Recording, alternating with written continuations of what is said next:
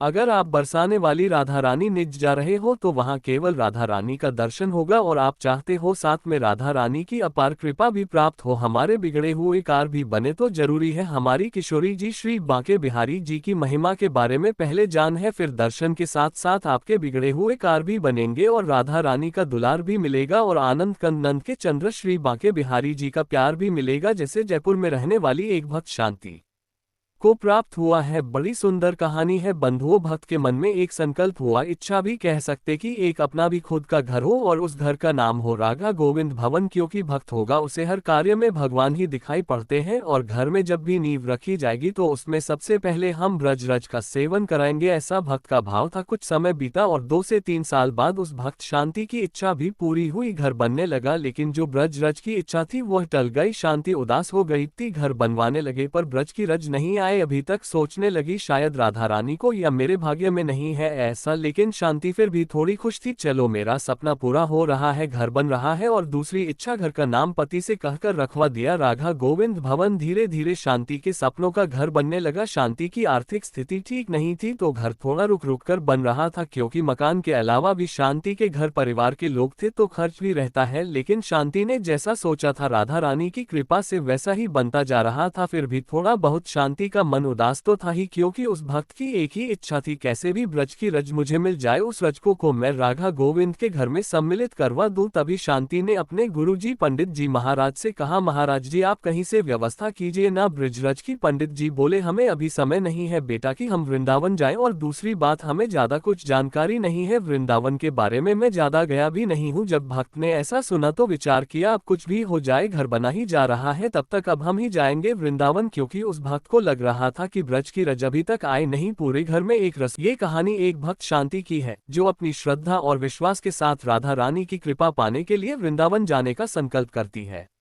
शांति का मन भगवान श्री कृष्ण और राधा रानी के प्रति गहरी श्रद्धा से भरा हुआ था और वह हमेशा चाहती थी कि वह राधा रानी के चरणों की रज प्राप्त करे, क्योंकि वह जानती थी कि राधा रानी की रज का स्थान घर में होने से भगवान की कृपा सदा बनी रहती है।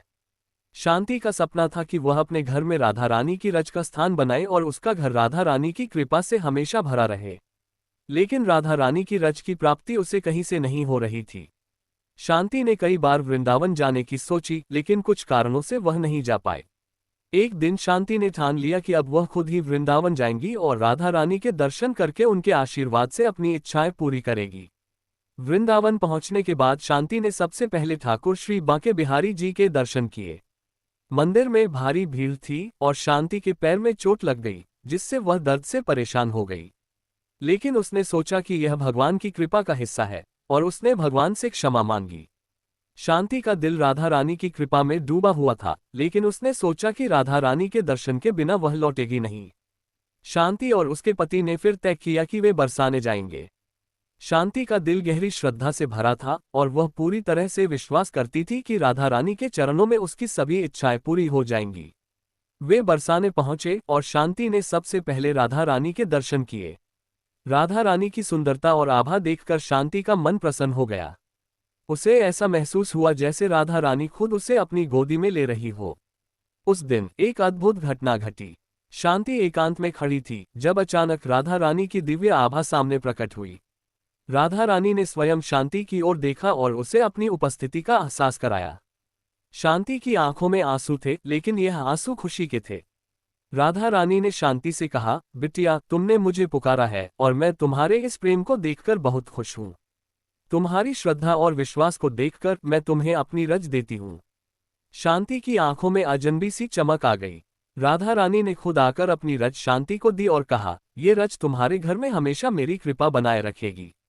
इसे अपने घर में रखो और मेरी कृपा से अपना जीवन संवारो। जहां ये रज होगी वहां मेरी आशीर्वाद की कोई कमी नहीं रहेगी। शांति ने राधा रानी के चरणों की रज को बड़े आदर से लिया और उनके आशीर्वाद से अभिभूत होकर वह घर लौट आए। जब वह घर पहुंची तो उसने राधा रानी की रज को अपने घर के मंदिर में स्थापित किया और पूजा की।